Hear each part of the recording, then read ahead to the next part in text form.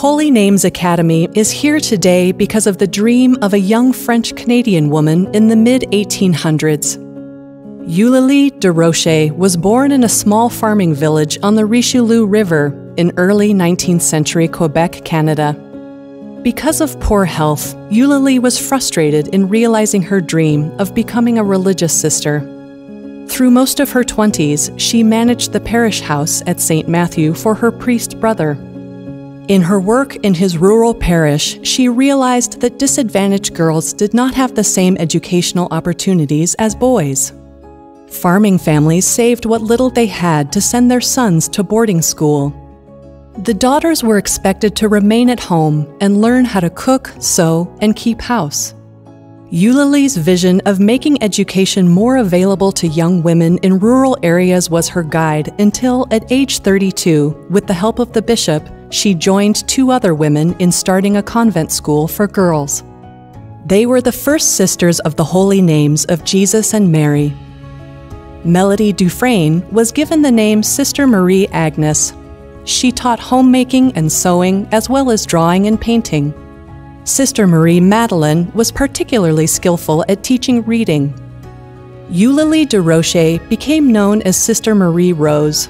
She was esteemed as a perfect religious and cultured woman who was an inspiration to all who met her. The bishop named Sister Marie Rose in charge of the little congregation. Soon, other young women came to join these first sisters of the Holy Names. In 10 months, the congregation grew to 6 sisters. With 13 boarders and 72 day students, the school had completely outgrown the small house where the congregation was founded across the St. Lawrence River from Montreal. Thanks to the parish council, a former hotel across the street from their tiny school became their new home. This building, which housed the sisters, the boarders, and the prospering school, still stands today. Resident students from Montreal were accepted to defray expenses of the school. Girls from nearby farms attended school as day students, tuition-free. A chapel was added to their new school. Except for the altar rail, the chapel still looks much as it did in the mid-1800s. Mother Marie Rose often arose at night to pray in a favorite spot at the altar rail. A small brass cross in the floor marks the spot where she knelt, communing with God. Mother Marie Rose lived 6 short years as a sister of the Holy Names. 6 short years of leadership and inspiration for the small congregation dedicated to teaching young women. The number of sisters had grown to 44. When she died on October 6, 1849, there were 448 students in 4 schools taught by the sisters. A copy of the original portrait of Mother Marie Rose, painted just days before she died, hangs in the large parlor near the front door of the academy. Mother Marie Rose was beatified in 1982 and is now called Blessed Marie Rose. I assure you in the sincerity of my heart that I have been deeply touched by the sight of so many virtues united in one soul. I pray to her to obtain for me the same ardor in governing my diocese that she possessed in directing you. I do not doubt that she is in heaven and that, although she is dead, she will continue to live in your midst. The charism or guiding motivation of the sisters left as a legacy of Mother Marie Rose to her infant community was developed and elaborated through the years since the foundation. The Sisters of the Holy Names collaborated in the Church's mission of education with an emphasis on the full development of the human person and a special concern for the poor and disadvantaged.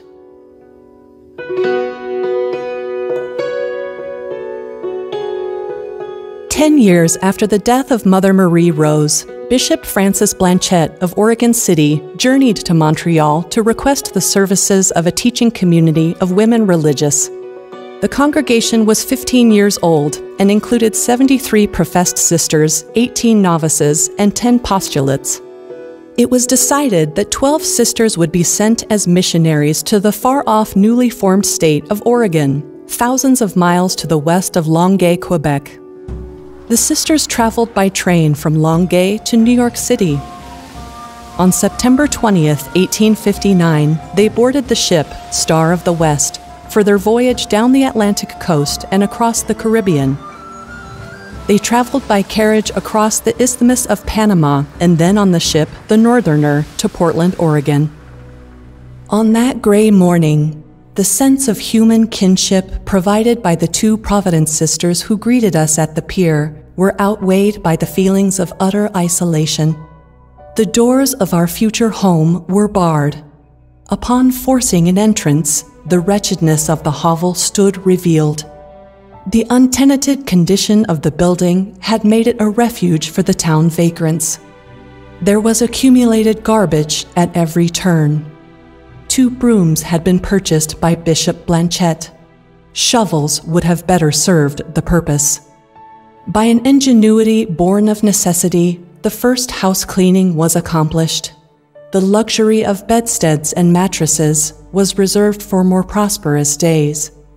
The carpetbags of the travelers were their pillows. 6 blankets purchased earlier that day provided covering for the 12 sisters.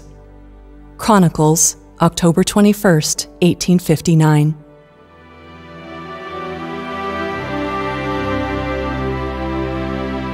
Father Francis Xavier Prefontaine paddled his canoe from South Puget Sound to build the first Catholic church in Seattle. The year was 1867. 13 years later, Father Prefontaine petitioned the Sisters of the Holy Names in Portland to send sisters to teach the children of his parish. 4 sisters, led by Sister Mary Frances Xavier, arrived in Seattle on November 9, 1880, and with that, the Academy opened its first location at 2nd and Seneca in downtown Seattle. The school is pleasantly located.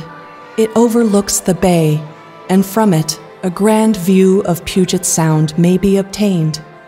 At first sight, it may seem that the ordinary trials of life are not to be encountered here as elsewhere, for this bright, balmy morning breathes but of peace. Chronicles, November 1880. Synoptic Table: 5 sisters, 19 boarders, 35 day pupils in grades 1 through 12. In 1884, due to the expanding number of students and the encroachment of the business district, the school established a new site at 7th and Jackson Street. This second Holy Names Academy location was considered to be the finest building in the Washington Territory. The commencement exercises of the Academy of the Holy Names took place this afternoon. The exercises were appropriate for the occasion and passed in such a manner as to reflect great credit on the sisters in charge of the school and the young ladies themselves.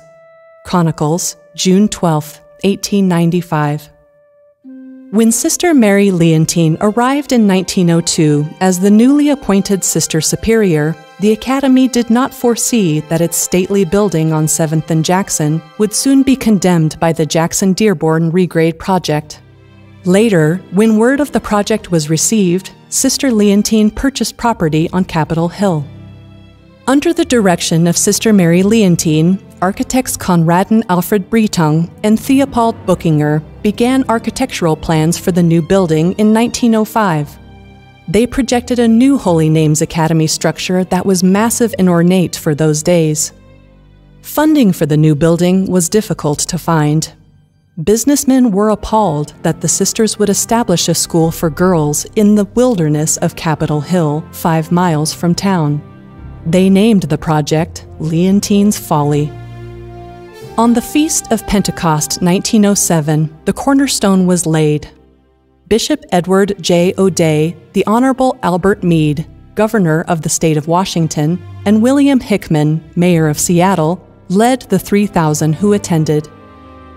The move into the new building was made in early September 1908, despite the lack of a furnace, glass to fill many of the window casings, and unfinished carpentry work. The synoptic table listed 17 sisters, 127 boarders, and 155 day pupils. The architects assembled many of the elements of classical architecture to form the proportions of the building: the Greek columns, cornices and pediment, the Roman dome, circular walls. The seal of the Sisters of the Holy Names of Jesus and Mary, which translates to "My Force and My Glory," is above the main entrance of the school and can be found in multiple locations on the exterior of the school, in a stained glass window in the chapel, and over the new athletic complex. Together, these elements combine to create the attractive exterior of the academy. Due to lack of funds, the north wing remained unfinished at move-in day in November of 1908. The following year, the auditorium at the north end of the second-floor hall was completed, so that proceeds from musical recitals and dramatic performances could defray the cost of the completion of the building. 16 years later, money had been gathered from concerts, bake sales, alumni card parties, and numerous other fundraisers to complete the chapel at the north end of the third floor. In 1939, Sister Editha and her art students stenciled and painted the beautiful scroll work on the sanctuary wall behind the main altar. In 1929, the north wing was finally completed when the music rooms moved to the north end of the first floor. The school's music facilities were completely refurbished in 2005. The school added recording studios, an orchestra room, and a music production lab, and regularly updates software and hardware to stay current with fast-changing standards of the recording industry. The gradual phase-out of elementary grades was completed in 1963. The boarding school closed in 1967 due to declining enrollment, freeing much-needed space for the growing high school and student body.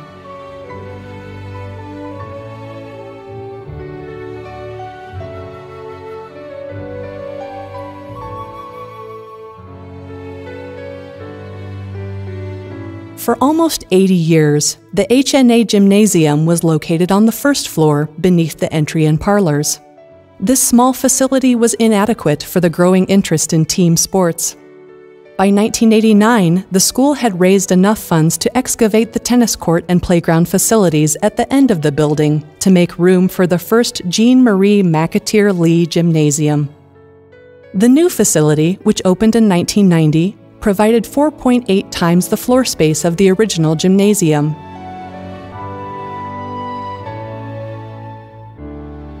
Significant building improvements continued, and in 2017, the Mary Hirsch Pavilion opened. A three-story structure connecting the 1908 building to the gymnasium, the Mary Hirsch Pavilion includes a state-of-the-art fitness center, commons area for student collaboration, outdoor rooftop deck, multi-purpose conference room, and expanded seating in the HNA Cafe. In 2019, the Academy added the Heritage Center, a space honoring the Sisters of the Holy Names of Jesus and Mary and recording the history and impact of the Academy on the Seattle region. And in its largest and most ambitious building project since the construction of the 1908 building, the Academy added the Jean Marie McAteer Lee Athletic Complex and underground parking garage in 2021. The 19,000-square-foot athletic complex, named after the 1990 gymnasium's namesake, supports the Academy's thriving athletic program. And the garage's 5 levels of underground parking help the Academy remain a strong destination for young women throughout the growing Puget Sound region for generations to come. Despite a delay in construction due to the pandemic beginning in 2020, this impressive construction project was completed on time, under budget, and debt-free. As we celebrate the years since the first Sisters of the Holy Names began their educational venture, we thank God for the vision of Blessed Marie Rose and Sister Mary Leontine, women far ahead of their times. For the courage of those first Sisters of the Holy Names, for the 12 missionaries to Oregon, and for the lives of the sisters and their many collaborators who continued to provide the gift of women's Catholic education begun in 1844.